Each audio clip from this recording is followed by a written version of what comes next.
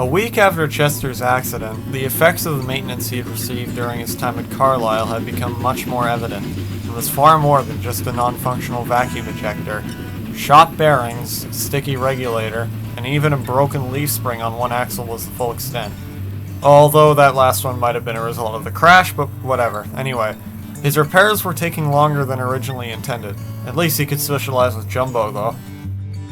Never felt useless being cooped up in the shed all week. Ugh. Aye, got me a lot of experience with it. You know, being a class as outdated as I am. Meh, you managed to show me how to do things around here on my first day well enough? Aye, but I can't manage much more than a small mineral train. But you're mighty brave for taking that coal train. Heh, thanks, Jumbo. Then, Wallace came to check up on them. How are you doing, Chester? It's not exactly a nice feeling having one of your two leaf springs being split in two. Yeah, I bet it feels like a broken arm. Not that. I know what it feels like, but sure, I guess. Aye, but making sure a lad's not always lonesome, Mr. James. Well, you've always been a good sport, Jumbo. Ever since I first came to be the science foreman, you stood out along the crowd of many overly prideful Cayley engines.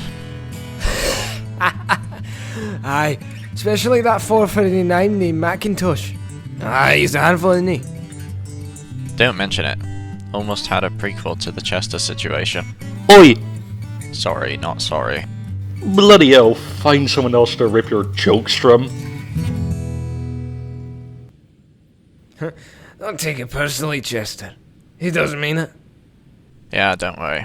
Well, I'm gonna head off. We've got a coal train to run to Stranraer this time, and hopefully Effie can manage. It's not as long as the last one. Phew! You had me scared for a moment. Don't worry, Chester. Although BR wants me to use some pretty worn-out wagons for it, so we'll see how it goes, I guess. Ah, don't tell me it's those LMS clunk boxes at the stock breaks. I don't know. It might be. Well, you might want to warn her in advance. I'll be a handful if they are. Thanks for the tip, Jumbo. Well, I'm off. Have a nice day, sir. Aye. See you around, Mr. James.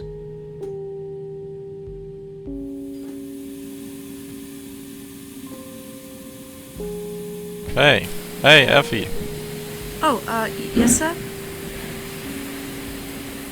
Gotta pull a shorter coal train to Stranraer today, so when you're done with those coaches, report to the uploop for your train. Well, as long as I don't become Chester, I'll be willing. You won't, don't worry. Alright, I'll do it. Thanks, Effie.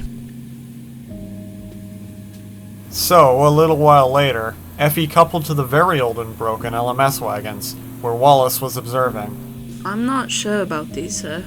Well, if you need help, I'll send out either George or Surrey. Both are just kind of hanging around. I think George is slacking off at the Maxwellton goods shed, of all places. I wouldn't be shocked. Signalman Isaac walked up the line to inform they could depart. Clear, lads. Man, feels like deja vu letting a number 4 with a coal train depart from Dumfries. Thanks, Isaac. No problem. Well, you better get going then.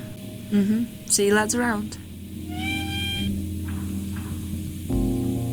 But while Effie was departing, Wallace noticed something important. Wait, Effie, what? Damn it. Forgot to tell her.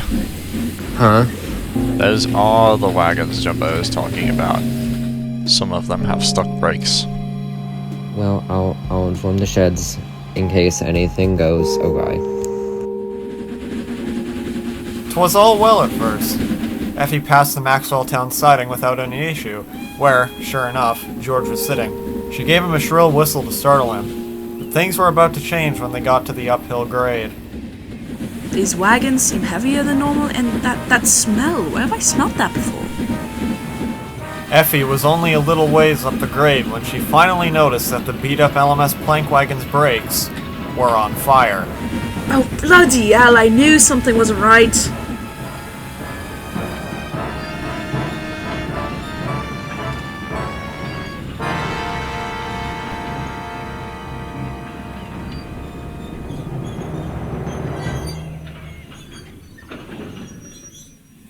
Well, that's just great, now isn't it? Effie's crew soon went to try and extinguish the fire on the wooden brake pads of the ancient plank wagons. While they were at it, George arrived, as cocky as ever. Haha. Gee, I had a feeling those crappy old wagons would give you some trouble. Living up to your sibling, eh? George, I've just about had enough of you. Well, you're gonna have to put up with me so long as we're on this bloomin' railway. I hate when you're right. Shut up, you. Afraid not. Gonna tell Wallace about this and then see about getting it up the hill. I'll bank it. You won't be able to start it with even more stuck brakes. I know that much. George had bumped into the wagons in his usual fashion, giving them quite a big shove. But they didn't know that he had just made the situation a lot worse. Well, don't do a shoddy job of it. I know you're just gonna make it worse. Oh, I know what I'm doing. You don't need to tell anyone, George. Where I had a feeling I'd see a problem like this. I forgot to tell you, Effie. The LMS wagons have stuck brakes on them. Gee, thanks. I couldn't tell. Well, if we put teleporting Wallace aside, that means I've got to start banking now, right? Fine. I was gonna enjoy looking at the scenery running back and forth, but whatever.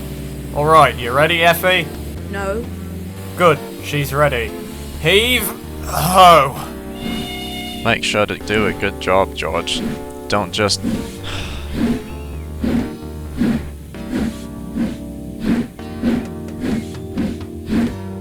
Well, we're moving, I suppose. Effie then felt a large tug on her drawbar. Hey, what was that? Oh, hang on.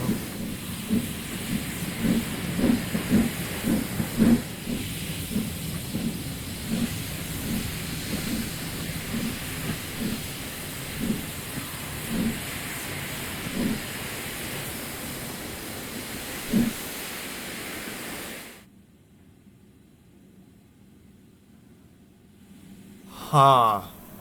Well, I think I know what happened. Now, what'd you screw up now, genius? I think I might have... torn the vacuum line on the wagon behind Effie, so now all the brakes are stuck on. Yeah, great job, you bloody moron. Yeah. So is it then? Meanwhile, back at Dumfries. Hey, lads. Oh, hello, Isaac. What brings you here? Info. George made the situation with the coal train worse. Of course he did. Tore a vacuum line, I heard. Ah, that's always a pain. I assume they sent Surrey. Yeah. Aye. Let's just hope she can push the train up.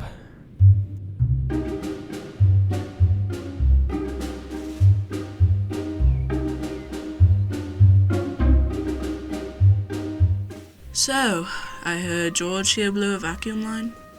Oh, shut Yeah. up. I feel you're the only engine now who can manage this thing. Alright, let me have a go. She'd buffer up to George and tried to push, but inevitably only slipped. Actually, sir, I'm afraid not. You'll have to get another engine. Good Jesus, George, how many brakes did you manage to stick? I don't know. Why don't you walk up and look at the train yourself? Oi, don't talk back to your foreman, George. Sorry, sir. Oh, let it end. Can you just get Allan or something already? Well, no. After he blew up a coal ship, I don't want him helping on much anytime soon. Fair. Sir? Yes? You know Allan has a, well, brother of sorts, right? Really? He's not far from here. Name's Tam. Diesel. He's a Rustin and we're friends, somewhat.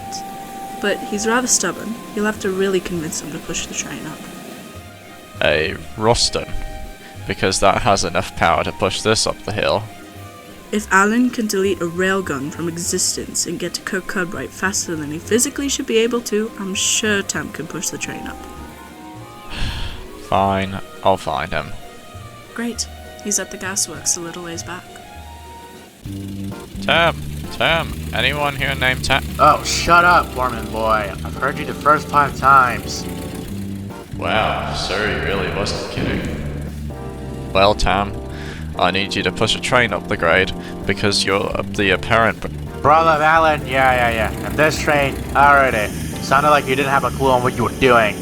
Blame the compound who tried to push it up. Oh, George, the moron. As long as he's on the train, I won't be helping. Tam, please. No, he's an annoying pile of scrap who thinks he's better than anyone else. Tam, we might just lose the coal shipping contract if this train doesn't get to its destination, so yes, you are going to help.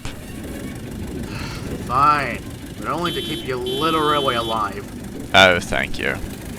Save it for when I'm done. So, Tam buffered up to the rear of Surrey, ready to push. Wow, what a mess. Oh, not you, you bloody tin box. Can it, George? Huh. You're still not over him, Tom. No, let's see. Afraid not. Well, let's get this over with.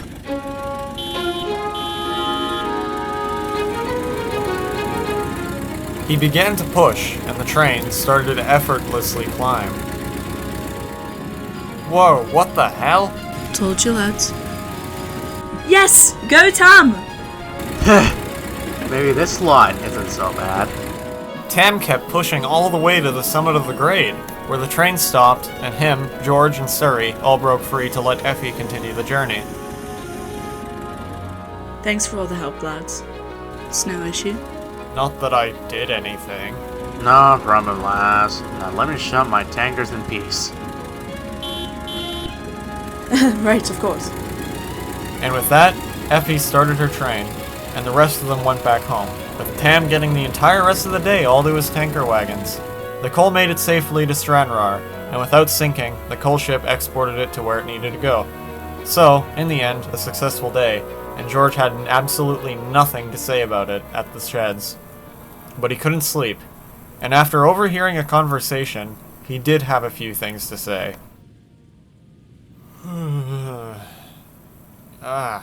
What the bloody hell is all that racket? She'll be ready for you come Friday, sire. Alright, Jesse, was it? Aye. Midland 444. Pretty good for passenger work. Adequate at most else. Faster passenger trains?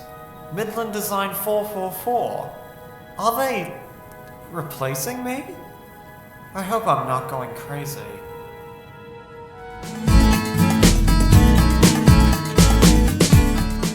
I love having the Mexican cartel chasing me around the United State of Oklahoma.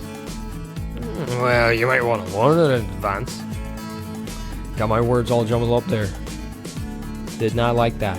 Did not like that one bit. You farting all over the place with your scooter. Ah!